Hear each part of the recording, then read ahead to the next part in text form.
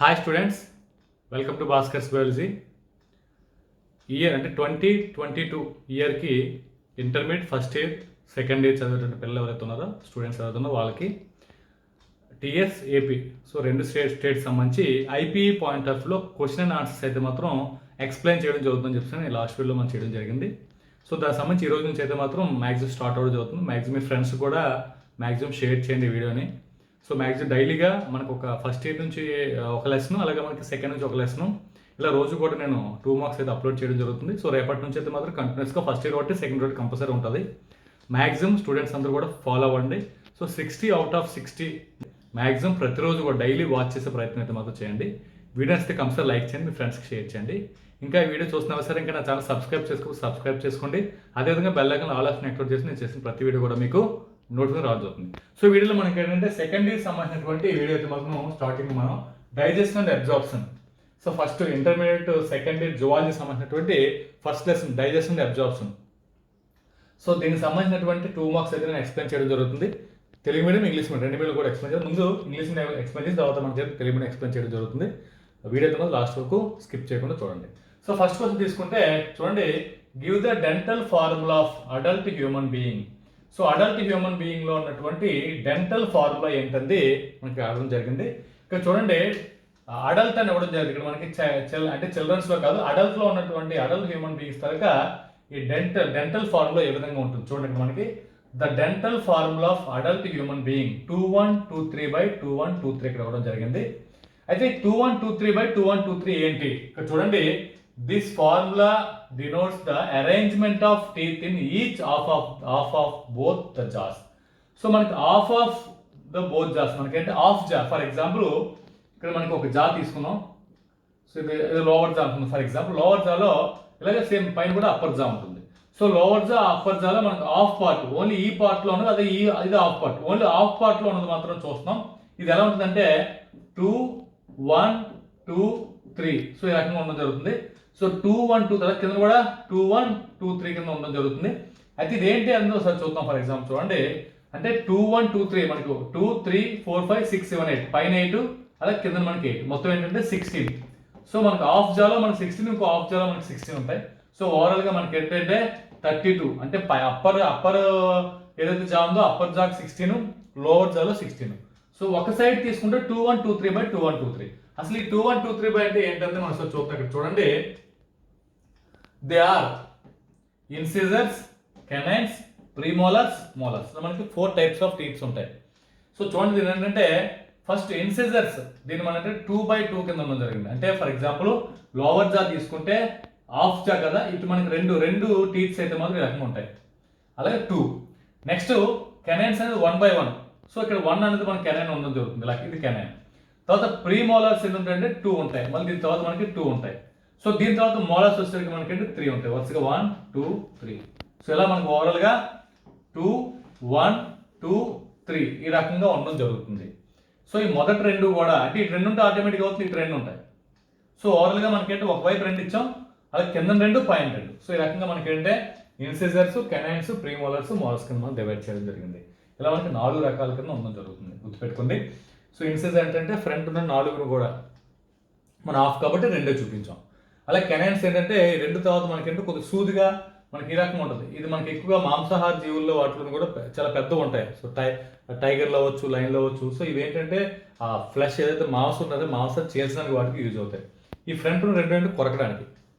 So remaining ఇక్కడ మనకి ప్రీమోలర్స్, molars ఏంటంటే 2 3 ఉన్నాయి మొత్తం ఇవి. సో పైన 5 కింద 5 ఉంటాయి. సో ఈ రకంగా ఇవి నమలడానికి యూజ్ అవుతాయి. సో ఈ రకంగా ఉన్నదాన్ని మనం డెంటల్ ఫార్ములా అంటాం, గుర్తుపెట్టుకోవాలి. అడల్ట్ హ్యూమన్ బీయింగ్లో డెంటల్ ఫార్ములా 2123/2123. ఇది first question. So next second question చూద్దాం. Bile juice contains no digestive enzymes. Bile జ్యూస్లో ఎటువంటి డైజెస్టివ్ ఎంజైమ్స్ ఉండవు, కానీ yet it is important for digestion. How? కానీ చాలా ఇంపార్టెంట్ డైజెషన్ ఎందుకు అని అడుగుతున్నాడు. ఇక్కడ చూడండి, ఆన్సర్లో bile juice does not contain digestive enzymes. ఇందులో మనకి డైజెస్టివ్ ఎంజైమ్స్ అయితే మాత్రం మ్యాక్సిమం ఉండవు. దీంట్లో మనకి ఏంటంటే బైల్ సాల్ట్స్ అయితే ఉంటాయి. అయితే ఈ బైల్ సాల్ట్స్ ఉన్న వాళ్ళు దీనివల్ల అడ్వాంటేజ్ ఏంటి అని చూస్తే, these bile salts emulsifies fats into very small micelles.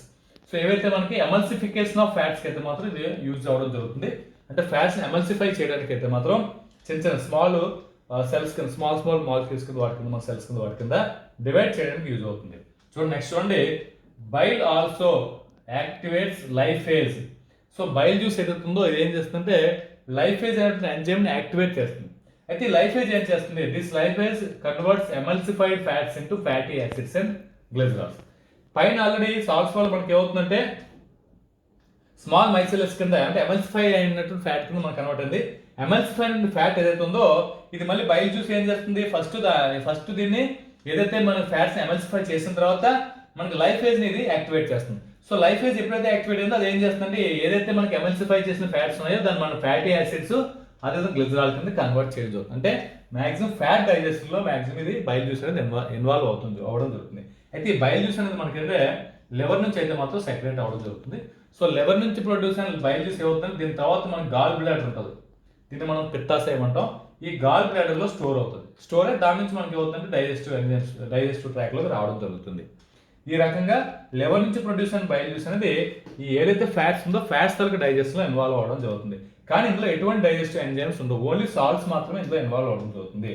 So in this way bile juice helps in the digestion of fats. ఈ రకంగా ఈ బైల్ జ్యూస్ అనేది డైజెషన్ లో హెల్ప్ చేయడం జరుగుతుంది. సో దేని మీద హెల్ప్ చేస్తున్నారు, ఫ్యాట్స్ మీద ఎఫెక్ట్ చేయడం జరుగుతుంది. ఇది మనకి దీనికి సంబంధించి. సో నెక్స్ట్ థర్డ్ క్వశ్చన్ ఏంటంటే ఒకసారి చూద్దాం. సో థర్డ్ క్వశ్చన్ వచ్చేసరికి describe the role of chymotrypsin name to other digestive enzymes of the same category and secreted by the same gland. ఆ గ్లాండ్ సెక్రెట్ అయ్యేటువంటి రిమైనింగ్ ఒక 2 ఏవైతే ఎంజైమ్స్ ఉన్నాయో enzymes గురించి చెప్పడం జరుగుతుంది. చూడండి, కైమోట్రిప్సిన్ ఆఫ్ మనకైతే pancreas plays an important role in digestion of, చూడండి, conversion of proteins, proteoses, peptones into దీన్ని ఏం చేస్తుంది ట్రైపెప్టైజ్ డైపెప్టైజ్ గా మారుతుంది. సో డైపెప్టైజ్ ట్రైపెప్టైజ్ గా మనకంటే ఇక్కడ మనకి చూడండి ఇదివరకు చెప్పిన బైల్ జ్యూస్ ఏదవుతుందో అది ఫ్యాట్స్ తాలూకా డైజెషన్ కి ఇన్వాల్వ్ అవుతుంది. ఇప్పుడు చెప్పిన కైమోట్రిప్సిన్ ఇదే నుంచి వస్తుంది, ప్యాంక్రియాస్ నుంచి వస్తుంది. గుర్తుపెట్టుకోండి, మనకి ఏదైతే స్టమక్ ఉందో సో స్టమక్ నుంచి మనకి డియోడినం ఒక యూ షేప్ లో డియోడినం ఉంటుంది. ఈ డియోడినం కరువులో leaf like structure, leaf like gland అంటే లీఫ్ లైక్ లో మనకి గ్లాండ్ ఒకటి ఉంటుంది, దీన్ని మనం ప్యాంక్రియాస్ అంటాం. ఈ ప్యాంక్రియాస్ నుంచి మనకి కైమోట్రిప్సిన్ అనేది రిలీజ్ అవ్వడం జరుగుతుంది. ఇది డైజెషన్ ఏంటంటే ప్రోటీన్స్ తాలూకా డైజెషన్ లో ఇన్వాల్వ్ అవ్వడం జరుగుతుంది. ప్రోటీన్స్ ని, ప్రోటియోస్ ని, పెప్టోన్స్ ఏం చేస్తుంది ట్రైపెప్టైజ్ డైపెప్టైజ్ గా మారుస్తుంది. సో నెక్స్ట్ చూడండి, the other 2 enzymes from the same gland. ఈ ప్యాంక్రియాస్ నుంచి చూసినట్టు ఇంకొక 2 ఎంజైమ్స్ ఏంటంటే ట్రిప్సిన్ ఒకటి, దీంతో పాటు మనకి ఏంటంటే కార్బాక్సీ పెప్టైడేజ్. సో ఎంజైమ్స్ అయితే మీద 100% గుర్తుపెట్టుకోవాలి. ట్రిప్సిన్ ఒకటి, అదే మనకి కార్బాక్సీ పెప్టైడేజ్ అనేవి రిలీజ్ అవ్వడం జరుగుతుంది. సో దీని తర్వాత క్వశ్చన్ ఏంటంటే చూద్దాం ఒకసారి. ఇక్కడ చూడొచ్చు, what would happen if HCl were not secreted in the stomach. Stomach లో కానీ HCl సెక్రెట్ అవ్వకపోతే ఏమవుతుంది? అయితే HCl చేసే ఫంక్షన్స్ ఏవైతే తెలిస్తే దానికి ఆపోజిట్ లో ఉంటుంది. సో ఫస్ట్ ఆఫ్ ఆల్ చూడండి, if HCl were not secreted in the stomach, stomach లో కానీ HCl సెక్రెట్ అవ్వకపోతే మన ఏదైతే డైజెస్టివ్ ట్రాక్ ఉందో మనకి ఈసోఫాగస్ తర్వాత మనకి అవుతుంది స్టమక్ ఉంటుంది.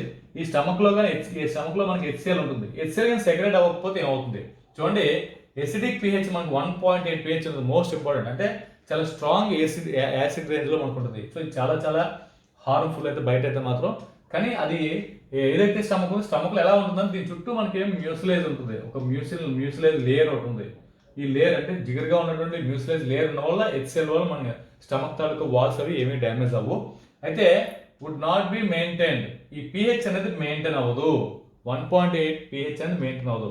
ఈ 1.8 pH అనేది మెయింటైన్ అవ్వకపోతే pepsin would not be activated. So మనకు పెప్సిన్ అనేది ఉందో, పెప్సిన్ అనే ఎంజైమ్ యాక్టివేట్ అవ్వాలంటే కంపల్సరీ HCl ఉంది. HCl దీన్ని యాక్టివేట్ చేస్తుంది.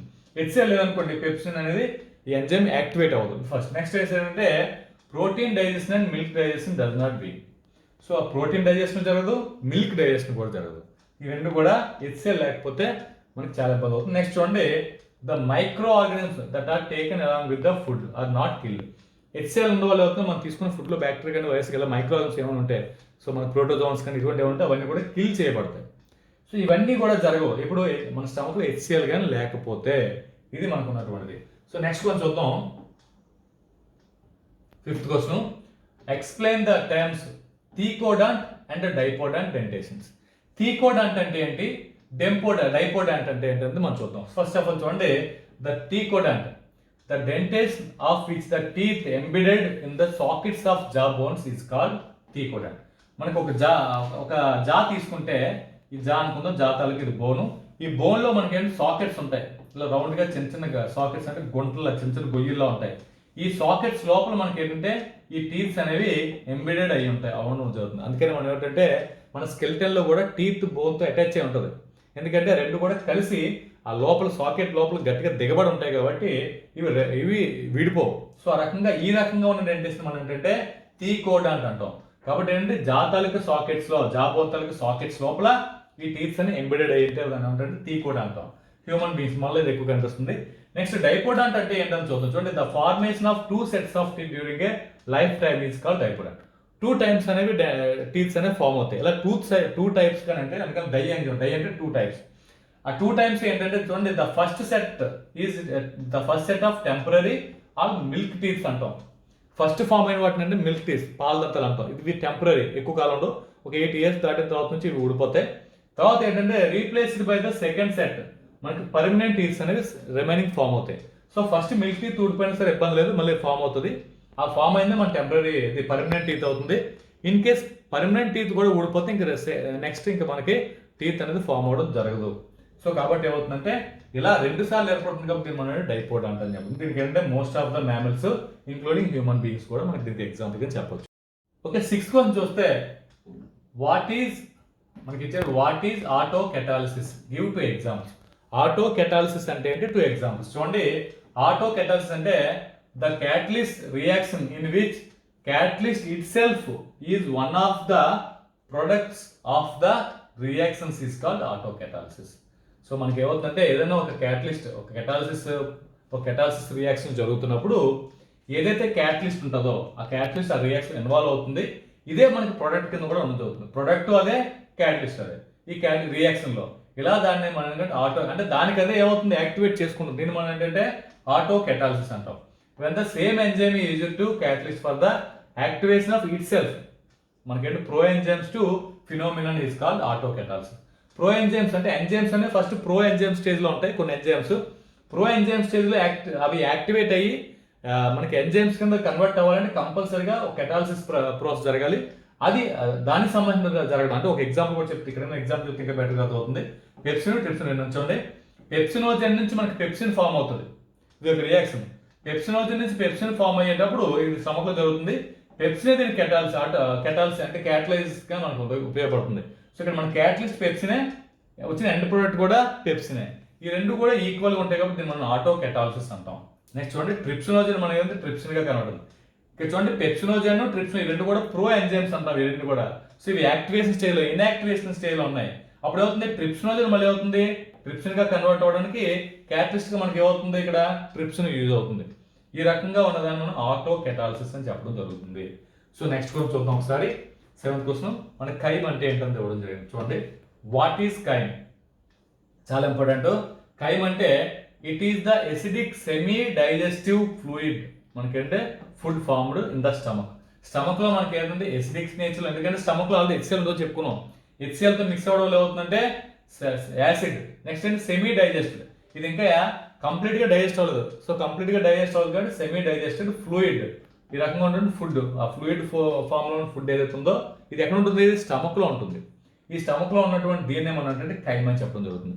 చూడండి, it is the acidic semi digested fluid food formed in the stomach లో ఫామ్ అవుతుంది. దీన్ని మనం కైమ్ అంటాం. It is formed by churning movements of the stomach muscles. Stomach muscles లో ఉన్నటువంటి చర్నింగ్ మూమెంట్స్ అంటే మూవ్ అవుతూ గ్రైండ్ చేసుకుంటాయి ఫుడ్ ని. ఆ గ్రైండింగ్ వల్ల మనకి అదంతా కూడా ఒక ఫ్లూయిడ్ కింద ఫామ్ అవుతుంది ఆ ఫుడ్ అంతా కూడా. దీన్ని మనం కైమ్ అని చెప్పడం జరుగుతుంది. ఓకే స్టూడెంట్స్, ఈ క్వశ్చన్స్ తెలుగులో ఏంటంటే మనం చూద్దాం. ఓకే చూడండి, మానవ ప్రౌఢ దశలో దంత ఫార్ములాని తెలపడం చెప్పండి. మానవుడి యొక్క దంత సూచిక ఎలా ఉంటుందంటే 2123/2123. సో 2123 అంటే మనకి హాఫ్ ఆఫ్ ది జా అంటే మనం చూడండి, ఈ దంత సూచిక ప్రతి దవడ సగభాగంలో ఉండే దంతాలు అమరికని తెలుస్తుంది. అంటే ఒక దవడ తీసుకుంటే దవడలో సగభాగం తీసుకున్నాం. ఈ సగభాగంలో మనకి ఒకవేళ పై దవడ అయితే పైకి తీసుకుంటాం, అలాగే మనకి కింద దవడ అయితే కింద తీసుకుంటాం. సో పై దవడలో మనకి ఏమన్నాయి 2, 1, 2, 3 ఇలా మనకి ఇలా ఒక సెట్ కింద ఉంటాయి. ఈ ఫస్ట్ 2 కూడా మనకి ఏంటంటే కొంతకాలం చెప్పడం జరుగుతుంది. తర్వాత ఉన్నటువంటి ఒకదాన్ని మనం ఏంటంటే రథనికలు అని చెప్పడం జరుగుతుంది. తర్వాత లాస్ట్ ఉన్న మూడింటిని మనం ఏంటంటే చర్వణకాలు అని చెప్పడం జరుగుతుంది. ఇలా మనకి ఏంటంటే 2 1 2 3 ఇలాగ మనకి పై దవల్లో 2 1 3 2 సేమ్ కింద వల్ల మనకి 2 అలా 1 తర్వాత 2 తర్వాత 3 ఇలా ఫామ్ అవుతాయి. సో ఇలా ఫామ్ అయిందని ఒక హాఫ్ ఆఫ్ ది చెప్తున్నాం. రిమైనింగ్ హాఫ్ కూడా సేమ్ అదే రకం ఉంటాయి. ఇటు 2 ఉంటాయి, 1 ఉంటుంది, నెక్స్ట్ 2 వస్తాయి, నెక్స్ట్ 3 వస్తాయి. ఇలా మనకేంటే సగభాగం మనకి దవడ యొక్క సగభాగంలో చూపేట పైన కింద చూపిస్తున్నాం చూడండి. ఇలా మనకి ఒకవైపు 16 ఉంటాయి, అలాగే సేమ్ అటువైపు కూడా మనకి 16 ఉన్న జరుగుతుంది. ఈ రకంగా మనకి 32 పళ్ళు అయితే మాత్రం దంతాలు ఉన్న జరుగుతుంది. ఇది దంతాల యొక్క ఫార్ములా, చాలా ఇంపార్టెంట్ క్వశ్చన్ ఇది. సో సెకండ్ వస్తుంది చూడండి, పైత్యరసంలో జీర్ణ ఎంజైములు ఉండవు, అయినా జీర్ణక్రియలో ముఖ్యమైనది ఎలా? పైత్యరసం ఏదైతే దీన్ని మన ఖాళీ నుంచి ప్రొడ్యూస్ అవుతుంది. ఖాళీ నుంచి వచ్చేటువంటి పైత్యరసం ఏదైతే ఉందో దానిలో మనకి ఎటువంటి ఎంజైమ్ ఉండవు, కానీ అందులో మనకి పైత్యరస లవణాలు అయితే ఉన్నాయో అవి ఉంటాయి. ఈ లవణాలు ఏం చేస్తాయంటే కొవ్వులను ఎమల్సీకరిస్తాయి. ఎమల్సీ మనం చిన్న చిన్న మైసెల్లుగా మార్చడం జరుగుతుంది. చిన్న చిన్న కణాల కింద మనం అవి డివైడ్ చేయడం జరుగుతుంది. అయితే పైత్యరస లైపేజ్ ఇది ఏం చేస్తుంది? పైత్యరసం లైపేజ్ అనే ఎంజైమ్ కూడా ఉత్తేజపరుస్తుంది. ఉత్తేజపరిచిన ఏవైతే పైన మనకి కొవ్వులు ఎమల్సీకరించాయో ఈ ఎమల్సీకరణ కొవ్వులు ఏవైతే ఉన్నాయో వాటిని ఏంటంటే కొవ్వు ఆమ్లాలు అదేవిధంగా మనకి గ్లిజరాలుగా మార్చడం జరుగుతుంది. ఈ రకంగా కొవ్వుల జీర్ణక్రియలో ఈ పైత్యరసంలో ఉన్నటువంటి పైత్యరస లవణాలు అనేవి ఇన్వాల్వ్ అవ్వడం జరుగుతుంది. కానీ ఇందులో ఎటువంటి ఎంజైమ్ ఉండవు, కానీ కొంత జీర్ణక్రియ అంటే కొవ్వుల యొక్క జీర్ణక్రియలో పైత్యరసం అనేది మనకి ఇన్వాల్వ్ అవ్వడం జరుగుతుంది. ఇది మనకి సెకండ్ క్వశ్చన్. అలాగే నెక్స్ట్ థర్డ్ క్వశ్చన్ వస్తే చూడండి, కైమోట్రిప్సిన్ పాత్రను వివరించడం చూడడం జరిగింది.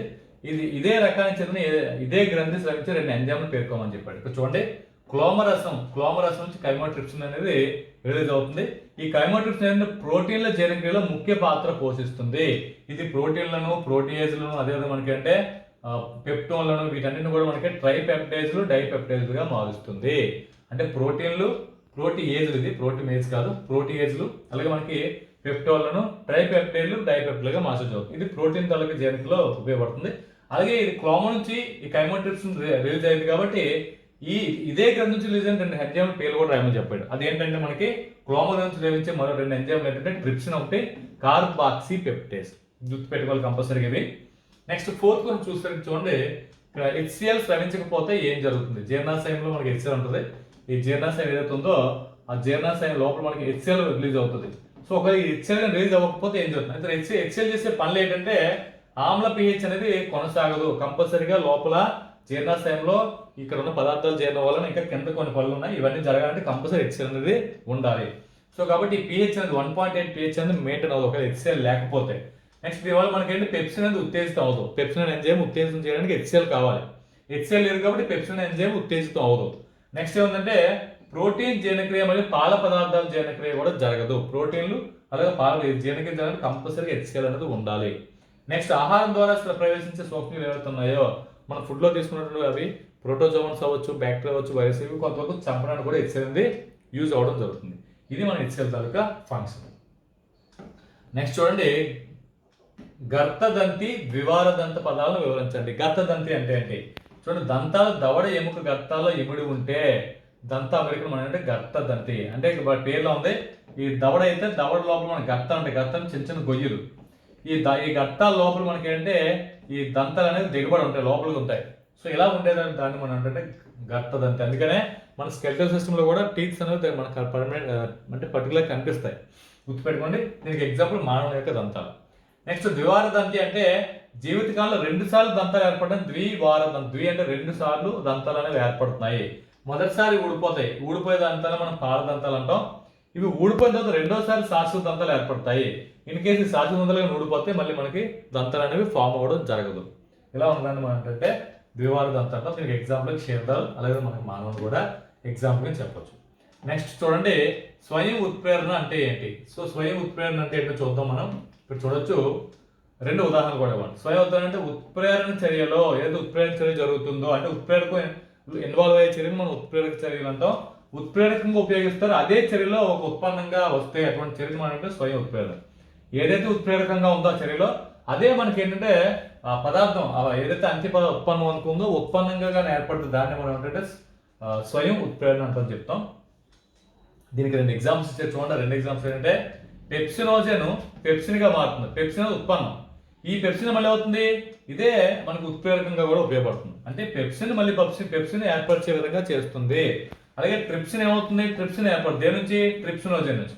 ఇక్కడ పెప్సినోజన్ ట్రిప్సిన్ రెండు కూడా మనం ప్రో ఎంజైమ్స్ అంటాం. సో ఈ ప్రో ఎంజైమ్స్ నుంచి ఎంజైమ్స్ యాక్టివేట్ అవ్వడానికి అవే ఇన్వాల్వ్ అవుతాయి. ఏదైతే ఉత్పన్నం ఉందో ఉత్పన్నమే మళ్ళీ అక్కడ దానికి ఉత్ప్రేరకంగా ఉపయోగపడడం జరుగుతుంది. దీన్ని మనం స్వయం ఉత్ప్రేరణ అంటాం. సో దీని తర్వాత క్వశ్చన్ చూడొచ్చు, కైమ్ అంటే ఏంటి? ఇది కూడా చాలా ఇంపార్టెంట్ క్వశ్చన్. కైమ్ అంటే జీర్ణాశయంలో అసంపూర్ణంగా జీర్ణమై ఆమ్లయుతంగా ఉన్న ఆహారాన్ని కైమ్ అంటాం. జీర్ణాశయంలో రాగానే హెచ్సిఎల్తో ఆ ఫుడ్ అంతా కూడా మిక్స్ అవుతుంది. హెచ్సిఎల్తో మిక్స్ అయిన ఫుడ్ అంతా ఏమవుతుంది? ఆమ్లయుతంగా అని చెప్పి. అందుకనే దీంతో పాటు అది పరిపూర్ణంగా జీర్ణం అవ్వలేదు, ముద్దగా ఫామ్ అవుతుంది. ఇలా ఫామ్ అయిందని మనం కైమ్ అని చెప్పడం జరుగుతుంది. చూడండి, జీర్ణాశయ కండరాలు చిలకబడే కదలికల వల్ల ఇది ఏర్పడుతుంది. జీర్ణాశయ కండరాలు చిలుకుతాయి, ఆహారం మొత్తం గ్రైండ్ చేస్తుంటాయి, అప్పుడు ముద్దలా మారుతుంది. ఆ ముద్దలా మారిన దాన్ని మనం ఏంటంటే కైమ్ అని చెప్పడం జరుగుతుంది. ఇది స్టూడెంట్స్, నెక్స్ట్ వీడియోలో రిమైనింగ్ కోర్సెస్ ఏంటంటే చూద్దాం. మ్యాక్సిమం డైలీ వాచ్ చేయడానికి ట్రై చేయండి. Thanks for watching. Thank you very much.